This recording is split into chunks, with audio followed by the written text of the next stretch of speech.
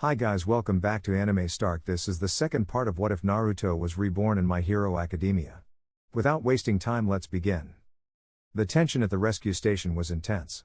Almost all the villains had been defeated by the students who had gathered at the entrance of the building.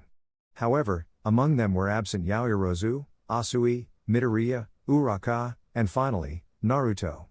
But it wasn't difficult to find them, as a loud animal roar grabbed everyone's attention. "What's that?" asked Toru with surprise, along with the others, as they saw the beast that had defeated their teacher and one of the strongest in their class just minutes ago.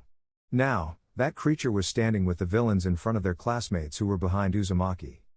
Turning back to the villains, we can see that they were surprised and irritated by the unexpected appearance of the blonde with a strange eye that had been hidden behind bandages, just like his headband. "Don't you know when to give up?" taunted Kurogiri, who noticed an interesting detail: the kid's wounds were slowly healing. Was that his quirk, regeneration? Nothing out of the ordinary, such quirks existed among some users. "You lost to Nomu in just seconds. What makes you think you can win now?" Shigaraki asked impatiently this time, as he was eager for All Might to arrive. He hated wasting time and, scratching his neck while adjusting his hand on his face, he found the presence of that arrogant blonde's eye uncomfortable. "Why do I think I can win now?" Naruto asked seriously, tightening his grip on his sword. "Do you think you can come to attack my friends with the intention to kill? I'm not like the other cape-wearing heroes you've encountered. I'm not here to win, I'm here to take you down." Both villains tensed at the threat, and the fact that the shinobi said it so seriously made them take it seriously. "Uzumaki-san, this is not the time to say that," Momo shouted from behind Uzumaki. She, like the others, was scared. They had seen what these villains were capable of. The dark-haired girl caught the blonde's gaze, who maintained his attack posture. "You're right. You must escape and get help." "I'll keep them busy," the shinobi calmly replied, raising his left wrist to his mouth and easily undoing the bandages, revealing a strange pattern with various strokes. "But," the dark-haired teenager tried to argue, but the shinobi's gaze made her take a few steps back.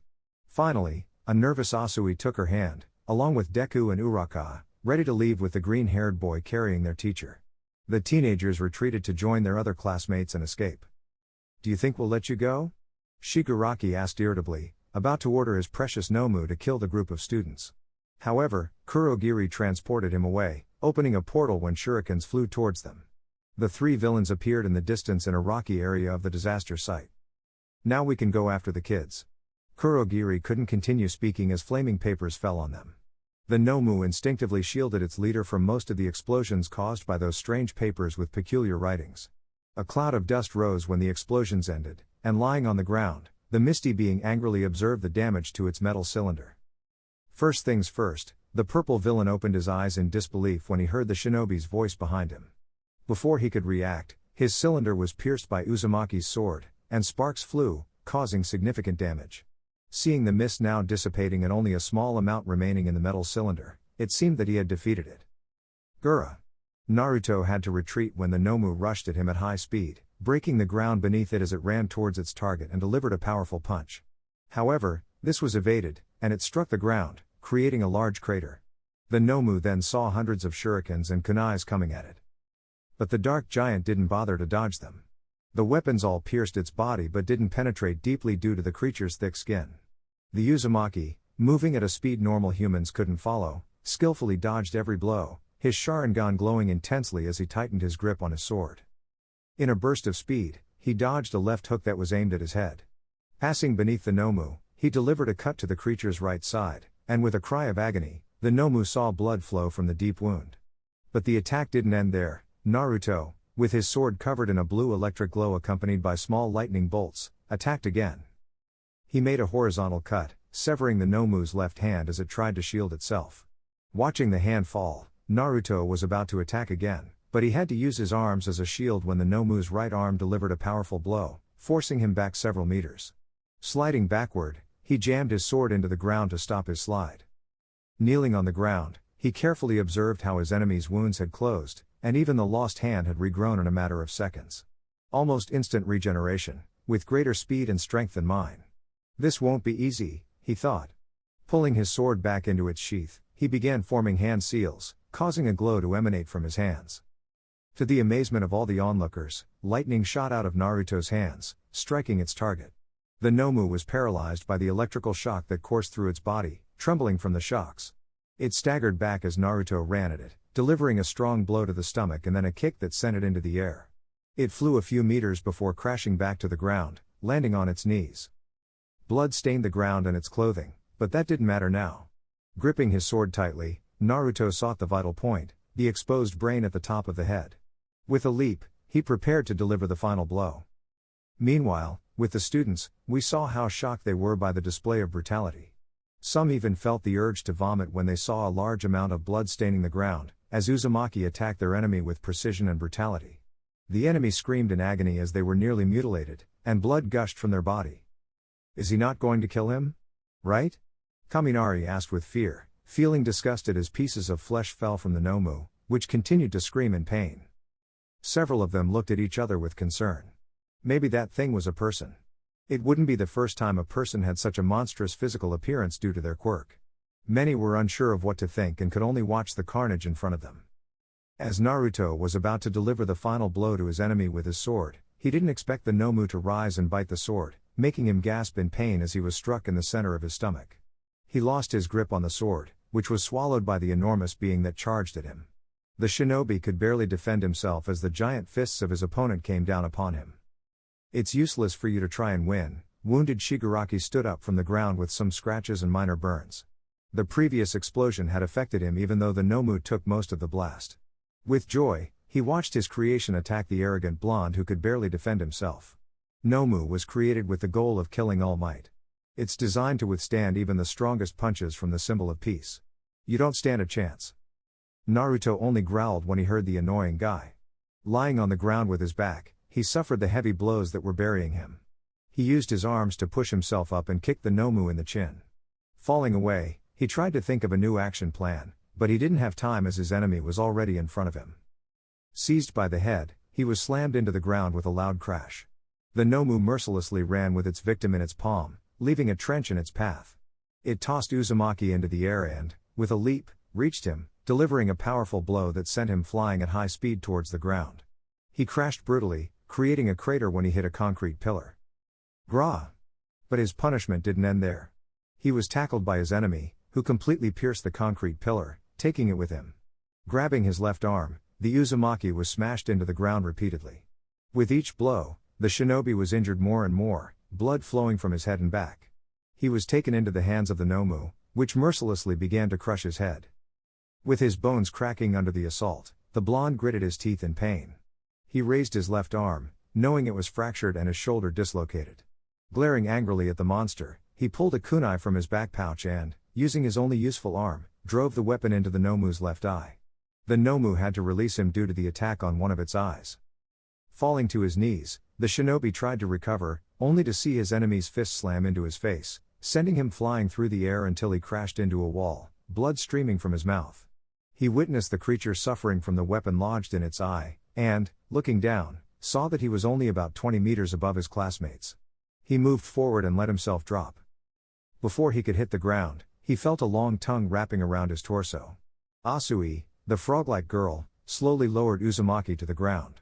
She asked with concern, "Are you okay, Uzumaki-san?" as she retracted her tongue into her mouth.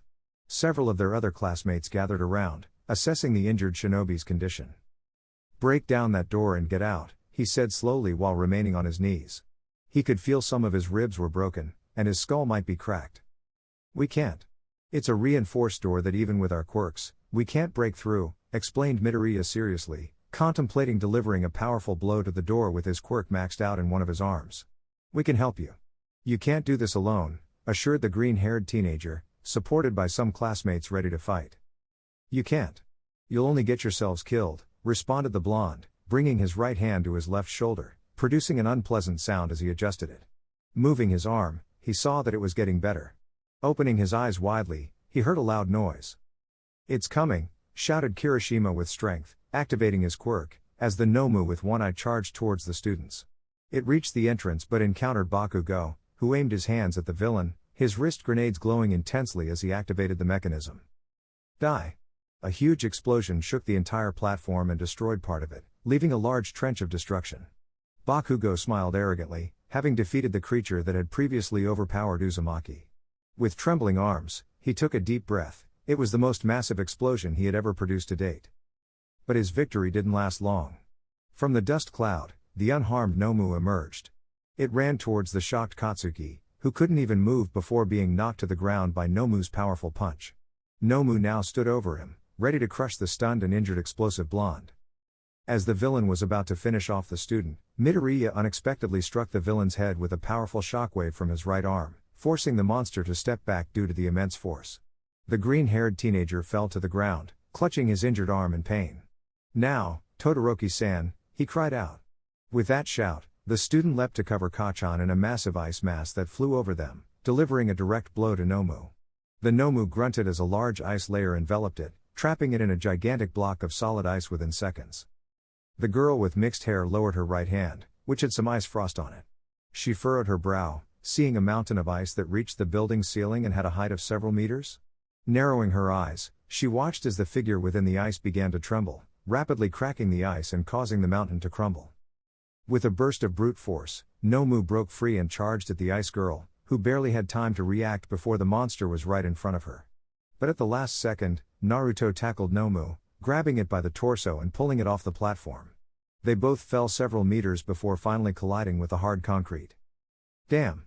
Getting up, the shinobi clenched his teeth upon seeing his enemy already on his feet. Just ask for help. You know that thing has the minimal strength of Tsunade Senju and the speed of a jounin.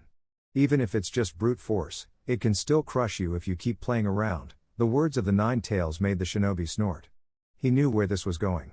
You'll let an inferior being kill you if you don't set aside your pride. You know the magic words. The voice of the Nine Tails grew dry as Nomu charged once more. Using his shielded arms, the shinobi withstood a blow that pushed him back several meters before landing on his feet again. I can handle this. Without your help. He reached for the seal on his left wrist with his right hand, causing some spheres to appear. Tossing them to the ground, he created a thick smoke cloud that covered the entire area. I haven't given it my all yet, he said, and then the shinobi disappeared into the white smoke. Where is he? Mineta asked in fear. Like his comrades, he had been watching the entire fight. Now, they could only see the smoke that engulfed the area. The silence was deafening, and the tension was unbearable. But that silence was shattered by a powerful shockwave. The smoke was dispersed, revealing Naruto with his fist connected to Nomu's stomach, sending the villain flying backward, dragging its feet as it tried to stop itself. But it couldn't manage to do so, as Naruto appeared behind it, delivering a kick that grotesquely bent the giant's back, sending it flying into one of the many buildings in the disaster area. The entire 10-story building shook and collapsed on top of Nomu, burying it under tons of debris. Naruto showed his muscles getting a bit bigger, and his skin turned slightly red. His Sharingan in his eyes was shining brightly, and he got ready to attack. He stood with his legs apart and bent, with one arm extended toward his enemy and the other arm bent at a 45 degrees angle near his body. He said, "Third gate. Simon, Kai. Gate of life open," and took a deep breath. The ground where the beast was buried started to shake, and in a big explosion, the debris flew away, revealing a furious Nomu. The Nomu growled with blood coming from its missing eye. It ran towards Naruto, who ran toward it as well. They collided, creating a strong shockwave that cracked the ground and knocked down some students. Naruto threw a punch, and the Nomu countered. Their powerful blows clashed, creating a shockwave. Naruto grunted, losing ground in this strength battle. He dodged another attack and kicked the abnormal creature in the stomach. Sending the enemy flying, Naruto followed and pummeled it with punches and kicks, keeping it in the air. He reappeared in front of the Nomu and slammed it to the ground, creating a large crater. The dust clouded the view, and when it cleared, the Nomu was buried beneath the rubble. Naruto landed in front of the crater, breathing heavily. But his brief rest was interrupted when the Nomu emerged from the debris, grabbed Naruto's face, and brutally slammed him to the ground.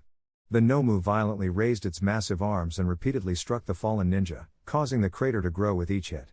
After 10 strikes, the crater was over 100 meters in diameter and 20 meters deep. They're killing him. We have to do something, Ochako cried out in horror as she watched Naruto being brutally beaten, as did many of her fellow students. No, Midoriya. Shoji had to use his arms to restrain the determined green-haired teenager, who wanted to intervene. If you act now, you'll not only be a hindrance to Uzumaki-san but also risk your life. The giant held back the teenager, who was ready to charge into the battle. However, all eyes turned towards the sound of approaching footsteps. Shiori, with a determined and serious expression, was about to jump into action. She couldn't stand idly by and watch. This prompted several others to join her. We must give it our all to buy time. Until someone else arrives. The students nodded in agreement, ready to risk their lives for their comrade. As they were about to take action, a new sound interrupted them. An electric sound and the tearing of flesh could be heard. In the crater, amidst the dust cloud, a 5-meter-long lightning blade emerged. The electric blade slowly faded to reveal that it came from Naruto's right hand, which was gradually rising from the ground.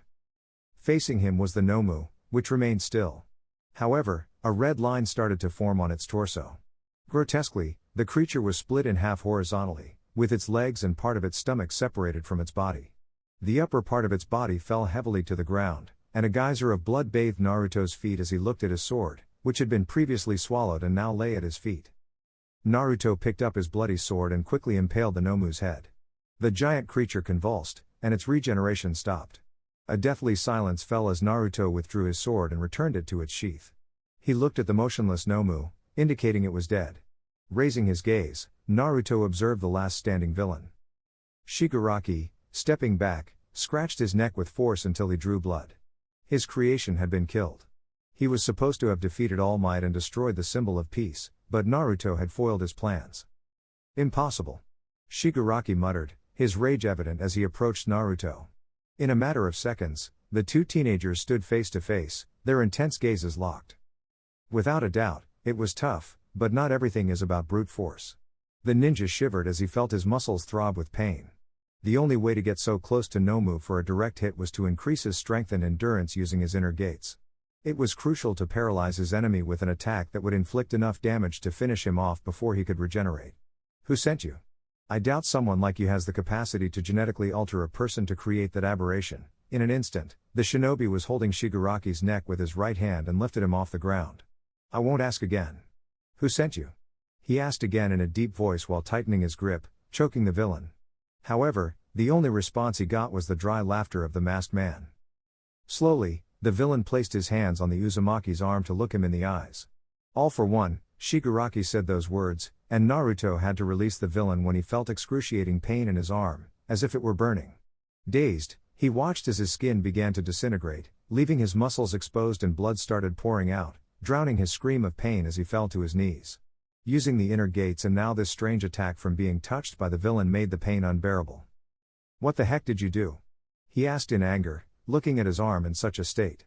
Breathing heavily, he tried to block the pain from his mind.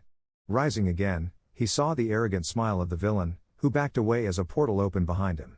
Slowly, Kurogiri materialized behind his leader and took him away, leaving Uzumaki alone. Curse it. I should have killed him when I had the chance. I underestimated him. I didn't know the guy had a quirk that could break down flesh at this speed. Looking around, he saw that some of the remaining villains had recovered. However, they all had also witnessed the Uzumaki's capabilities. Don't kill us, whispered a woman with snake-like hair.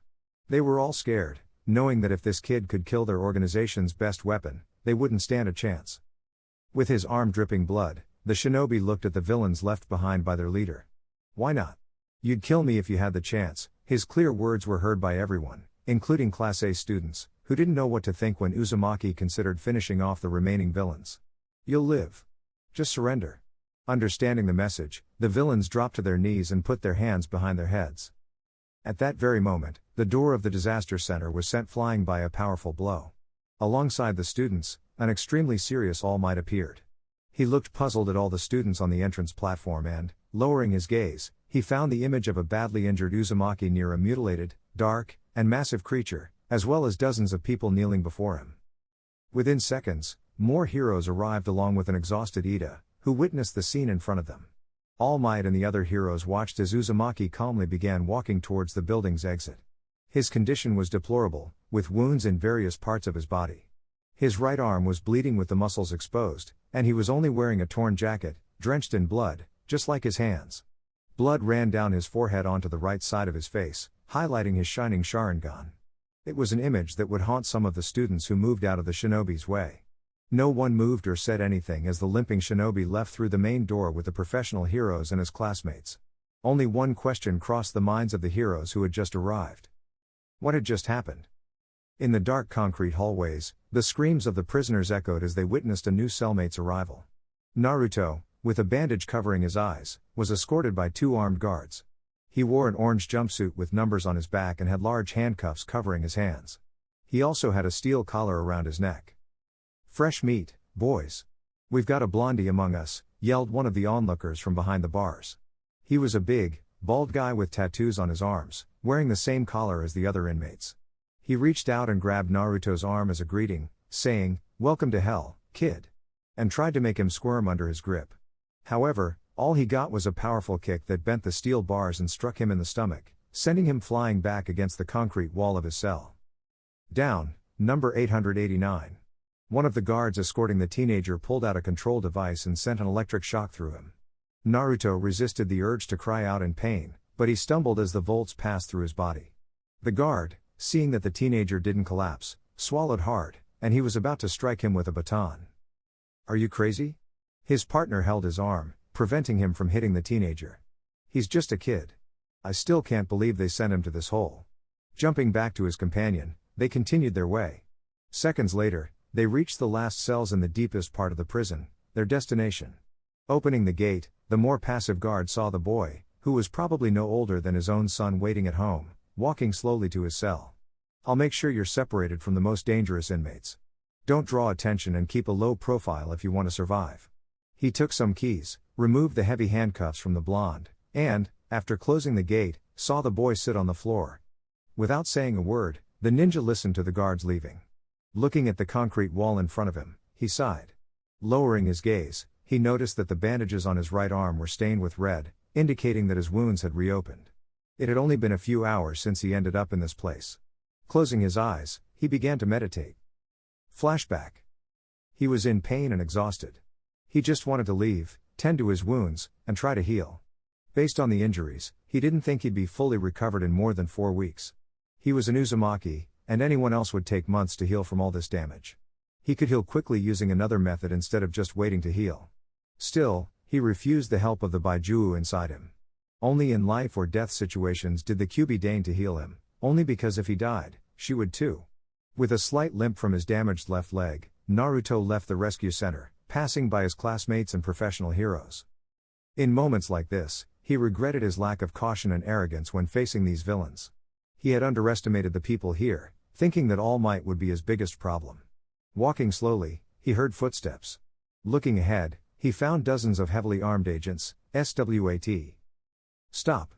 Put your hands where I can see them," yelled one of the agents, pointing his weapon at the ninja, who remained still. Putting his hand on his radio, the policeman looked around. "We have a code #45B, a villain is escaping from the place, awaiting orders, over." Even though he spoke quietly, the ninja heard him clearly. Looking at his condition, he saw that he was covered in blood and didn't wear some stupid cape, so they concluded he was a villain. Furrowing his brow, he continued walking. He didn't have time for this. He was fed up. Clenching his teeth, he ignored the sound of guns being loaded. Finally, he had to stop when a large shadow loomed behind him. Stopping in his tracks, the ninja turned to see a serious All Might. "You need to calm down and come with me. We have to talk," said the symbol of peace with gravity, placing his hand on the teenager's shoulder. Naruto gave him a grim look. "We need to sort this out, and I hope you'll cooperate. Please, young Uzumaki, accompany the officers." Releasing the boy's shoulder, he turned to check on the other students. Remaining where he was, Naruto clenched his fists in anger. Was he the bad guy now? Would he be suspected of what had just happened?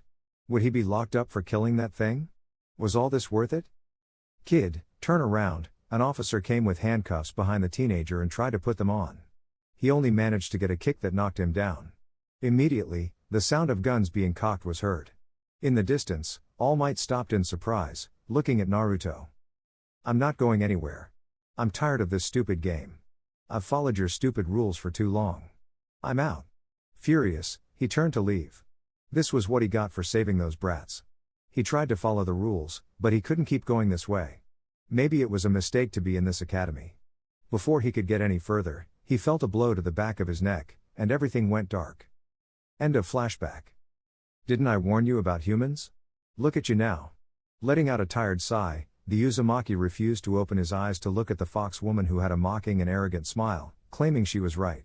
It's not sad, you try to do good and always end up the villain. This is no longer fun, it's sad. Walking around Naruto, the nine-tailed redhead passed her tail slowly around the ninja's head, caressing his cheeks. I wonder how long it'll be before you explode.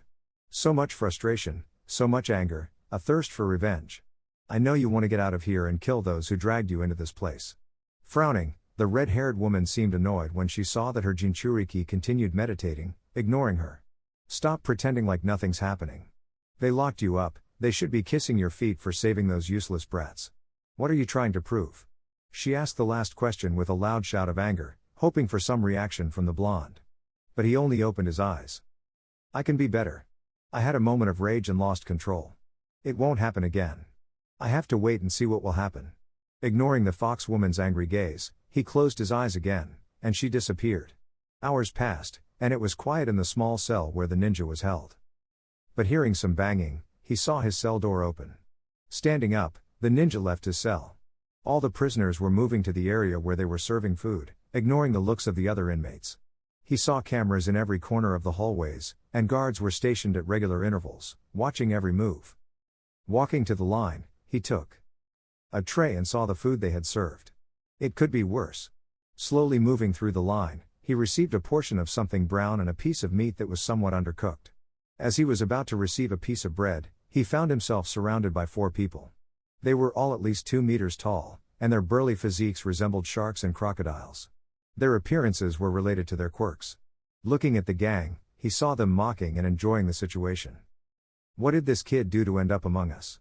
One of the inmates, who looked like a shark with blue, scaly skin and a large jaw full of sharp teeth, asked mockingly.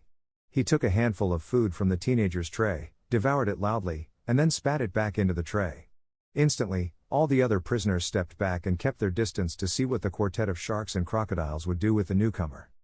He doesn't seem so tough, the other one with the appearance of a shark lowered his head and sniffed the air, detecting the smell of blood.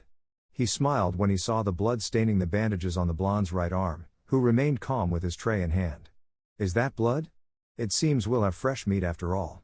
He bared his teeth, approached, and made his companions follow suit, surrounding Naruto. It's been a while since we had a good meal. The hybrid crocodile man opened his jaw and took a bite directly at the boy's head. However, he ended up flying backward after being hit with the tray that bent under the strong impact from the teenager. Falling a few meters away, the scaly prisoner hit the wall and fell to the concrete floor with a broken jaw. A deathly silence settled in the place, which was interrupted when the ninja took a plastic fork from his sleeve and jabbed it into the right eye of the other prisoner who looked like a crocodile. Screaming, he was kicked and fell onto a table. Little trash. The blue-scaled shark man threw a punch, but it was effortlessly caught and thrown against the kitchen bar. When he got up, he found himself with the blonde, who grabbed him by the head and slammed it into the concrete floor, leaving a bloodstain.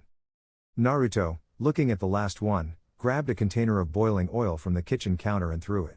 The agonizing screams of the gray-scaled shark man didn't take long to follow. Jumping over the kitchen counter, the blonde took a piece of bread, ate it, and then returned to his cell. All the prisoners stepped back, clearing the path for the new inmate who had just demolished one of the most dangerous gangs within these walls, at least in terms of cruelty. Nobody could use their quirks inside this prison without being electrocuted to death by the guards, who were still in disbelief at what they had seen. Only the screams and lamentations of the 4 inmates who were still alive but marked for life for bothering someone they shouldn't mess with could be heard. Are we supposed to let that maniac roam free? In another part of the country, a meeting was taking place among the top heroes and politicians who were watching on a screen what Naruto had just done.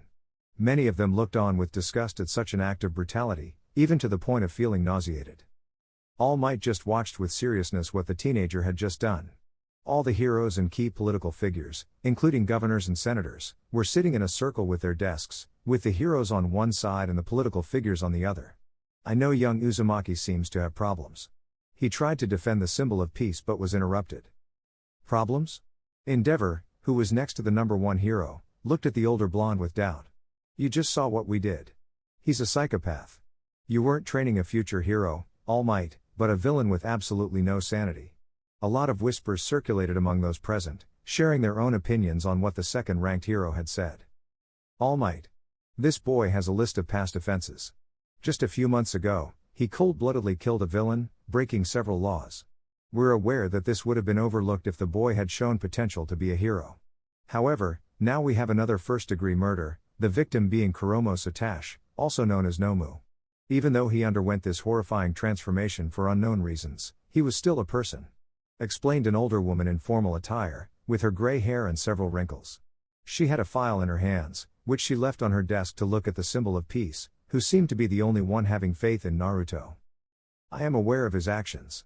But I am willing to take responsibility, Toshinori said, confident that this wouldn't be easy to resolve, not just because of the villain invasion but also because of the questionable actions of the teenage Uzumaki.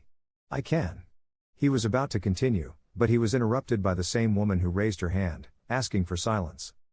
That won't work this time, All Might. That boy is a lost cause.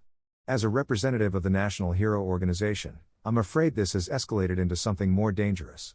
I have the president asking why a 16-year-old is killing people and still roaming free. The boy deserves to be locked up for life with no possibility of freedom for all the charges against him. She picked up a wooden hammer from her desk and pushed the files aside. I regret to inform you that this boy is sentenced to serve a life sentence in the maximum security prison for dangerous criminals. Before she could pronounce the sentence, the courtroom doors were opened. Sorry for being late. To everyone's surprise, a tall woman with long black cascading hair that reached her back appeared. She had delicate and fine features, flawless fair and white skin, and her dark eyes matched her hair, which were partially covered by thin, dark-framed glasses. She wore a gray women's suit, with a gray jacket over a white shirt, long gray pants, and dark high-heeled shoes. The woman had a figure worthy of a model, with large D-plus cup breasts, a slim waist, and wide hips. Miss Yaoyorozu, it's a surprise to see you here. May I know what you're doing here? Asked the elderly woman who seemed to be the head of the political figures. The straight-haired woman walked to the center of the meeting room, carrying a briefcase, which she opened to take out some files. I present myself as Naruto Uzumaki's lawyer, she said simply, taking several by surprise, irritating many and relieving All Might. The symbol of peace called me and explained the situation. Now I'm here to take charge of this case.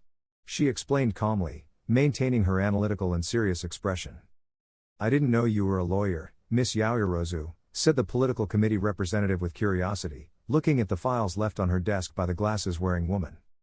There are many things you don't know about me, Miss Yaoyorozu replied with a touch of irony, shaking her head. Uzumaki-san shouldn't be treated this way. We've all focused only on the deaths he caused, but what about the lives he saved? In his first case, he saved 3 children and a man who were able to return to their families. Although he neutralized the villain in an impractical way, he did it in self-defense. Behind her, a video of Naruto saving the hostages from the giant villain that had passed a few months ago was visible. In the most recent case, he not only prevented the murder of Professor Aizawa but also saved the lives of 20 UA students. This time, the screen showed the confrontation between Nomu and Naruto, with the teenager doing his best to keep the villain away from the students. Miss Yaoyorozu spoke with annoyance. The representative noticed that several of those present were questioning the Uzumaki case, wondering which side to support now. He not only saved my daughter, who is all I have in this world, but he also saved 19 other young people with parents who want to thank the boy who saved their children. Uzumaki Naruto, even if he uses questionable methods, lives up to what UA represents, risking his life to save others. That's why I request that the charges against Uzumaki Naruto be dropped, and he can return to the academy to continue being a part of it, the woman concluded, going silent as she heard various whispers. Everyone began to discuss among themselves, sharing their viewpoints and opinions on what to do with the young man who was now in custody at one of the county's best prisons. After a few minutes, the national representative listened to her colleagues and others who provided their responses. With a heavy sigh, the elderly woman struck her wooden gavel on her desk, making those in the room fall silent. Uzumaki Naruto is free of all charges. However, there will be several measures in place to prevent this from happening again. I declare this meeting concluded, she said, delivering a final blow with the wooden gavel to adjourn the meeting. Move, number 889. Inside his cell, Naruto remained seated in a meditative lotus position. Opening his eyes upon the bar's blows, he saw a guard open the gate and enter with handcuffs. The shinobi didn't resist and simply followed. Strange, I thought I'd be transported elsewhere for what I did in a few days, not now. I'll have to advance my plan, the teenager thought as he walked down the hall, escorted by the guard. It wouldn't be a problem to escape if he waited for the right moment. Opening several doors and walking for several minutes, he noticed he was being taken to what seemed like an interrogation room. Upon entering, he realized he wasn't alone. In the same room were a beautiful woman with dark hair and glasses, dressed in a formal gray suit. Also, the number one hero, All Might, sat there. Both were sitting at a table with an empty chair meant for him. "It's good to see you, young Uzumaki," greeted the giant blonde hero, who remained serious at the appearance of the younger blonde. "I'm sorry we had to hit you to get your attention," the number one hero apologized, only receiving an unchanging gaze from Uzumaki. "It's okay, it was necessary. I had lost my cool. Can I ask who you are, miss?" He looked at the stern woman, which was either a bad or a good sign, who knows. Anyway, before they locked him up for life, he'd escaped to start anew somewhere else. "Shouldn't one introduce themselves first, young man?" the woman with dark hair questioned as she examined the teenager. He had blood-stained bandages covering his right arm and left forearm, dark bruises on his forehead and right cheek, and that strange right eye, red with tomos, was pierced by a large scar that reached to his cheek, making her uncomfortable. Shifting her gaze away, she noticed his open orange shirt revealed bandages on his chest and torso. Frowning, Yaoyorozu felt a pang of pain in her heart at the teenager's condition. "You must know who I am if you're here. Are you Momo Yaoyorozu's mother?" The woman couldn't hide her surprise at the quick analysis of the blonde with curious marks on his cheeks. "Your eyes. Both of yours are the same," he calmly said while shifting in his seat. Looking around, he saw only one door and a glass panel. Although there seemed to be no way out, he noticed a vent in the upper left part of the wall behind him, a possible escape route. "You have a good eye, Naruto-kun," the shinobi raised an eyebrow at the change in the older woman's tone. Now her voice was softer and even maternal. "Why the change in tone?" the injured boy asked with suspicion. It hadn't been more than 48 hours since his confrontation with the villains. The beating he received from the Nomu and opening the inner doors had only caused his agony to continue, although he didn't show it. Beating those prisoners had reopened several of his stitches and wounds, and his current state was bothering him too much. "It's because you saved the most precious thing I have in this world. You saved my daughter. Not only that, but 20 other families are very thankful to you for saving their children," the woman in the suit and glasses said with a thin smile. "Yes. I'll keep that in mind when I spend decades locked up within 4 walls," the teenager responded sarcastically, staying serious and looking at both adults. "I've taken care of that. The whole city will know what you did, and you'll be considered a hero for saving the Class A students, young Uzumaki. You should be proud." "Did they mention my name?" All Might's speech was interrupted by the serious question from the teenager. "No, but we were planning to do so in a few days," the symbol of peace replied uncertainly after the interruption. "Don't do it. I prefer to remain anonymous. I don't care what the citizens or other heroes think or say. I only saved a few kids, that's all." The teenager's words made All Might secretly smile. He knew he didn't make a mistake with the boy in front of him. "What will become of me now?" he asked in a low voice, focusing on the mother of one of the few girls he spoke to in his class. "I've secured your freedom, but under some conditions you must meet. First, you'll have a device on your ankle to ensure you won't escape the city. Second, you must confess to 2 first-degree murders. Third, while you were here, cameras were installed in your apartment, and your belongings were searched. Any suspicious items will be confiscated. Lastly, you must give a statement about what you did. If you're uncomfortable giving that statement to the police, you can give it to All Might. He's trustworthy and one of the few you seem to interact with." The lawyer with glasses finished her explanation and handed the contract to the teenager. However, he didn't bother to read it and just signed it with his left hand. This caught the lawyer's attention, and she decided to speak again. "We can provide medical care, and there's a good doctor at UA who would find it easy to treat you," she suggested, concerned for the blonde, who only shook his head as a guard removed his handcuffs. Another guard quickly entered, carrying a box with the sword and the little clothing that remained for Uzumaki after his fight. "I don't trust anyone. I'm my own doctor, and I'll take care of my wounds myself." To the disbelief of both adults present, the teenager began to undress. Majim had to look away to give the boy some privacy. With a deep blush, the raven-haired woman glanced at the teenager's back, only to find several cutting scars. "Kid, how much have you been through?" The symbol of peace wondered as he saw the teenager's battered body. It was like looking at a veteran of several wars. Each mark was evidence that he survived what others didn't. Finally, the shinobi had his pants on and his sword in its sheath on his back, held by the harness covering his left shoulder. His dark hoodie was ruined and stained with dried Nomu blood, and he tossed it aside. The teenager was ready to leave, even if he was without a shirt or any covering. "All right, I want to go now, get that damn thing on me, and let me go to my apartment," both adults understood that he just wanted to comply with the imposed conditions and go home. You know what you did was wrong, young Uzumaki. These are the consequences of your actions. Naruto stopped at the room's door when he heard the number one hero. Turning around, the gazes of both the older and younger blondes met, creating a tense and uncomfortable atmosphere in the air. Majim decided to stay on the sidelines of the situation. Don't talk to me like I'm one of your students. I'm here because you suggested it, and if I want, I can leave, even if I have to fight you if you try to stop me, were Uzumaki's clear words as he looked into the hero's eyes. It's worth mentioning that All Might didn't back down and looked at the teenager seriously. What's the right thing to do? Just fight to stop those villains and lock them up? Tell me then, young Uzumaki, what do you believe is the right thing to do? The tall blonde asked with seriousness, never losing his firm and upright composure. To make sure they wouldn't do this again. They didn't just intend to go after you, they all planned to go after Class A. Do you think people who want to kill children can be saved? They were going to kill the kids just to make you angry. Because of the whims of a psychopath, the lives of 20 youngsters were at risk. Gritting his teeth, the shinobi had a flash in his eyes, but taking a deep breath, he calmed down. What would have happened if I wasn't there? Or if you never arrived? Would you be willing to carry the knowledge that 20 good teenagers who dreamed of becoming heroes died? Because I'm not willing to bear that on my conscience. All Might had to look down at the ground at what he heard. He was right. What would have happened if Uzumaki and he hadn't been there to face that threat? He doubted that any of the other students would have even put up a fight against the Nomu. It would have been a massacre. What guarantees us that we won't be attacked again? That guy is still out there. I should have finished him.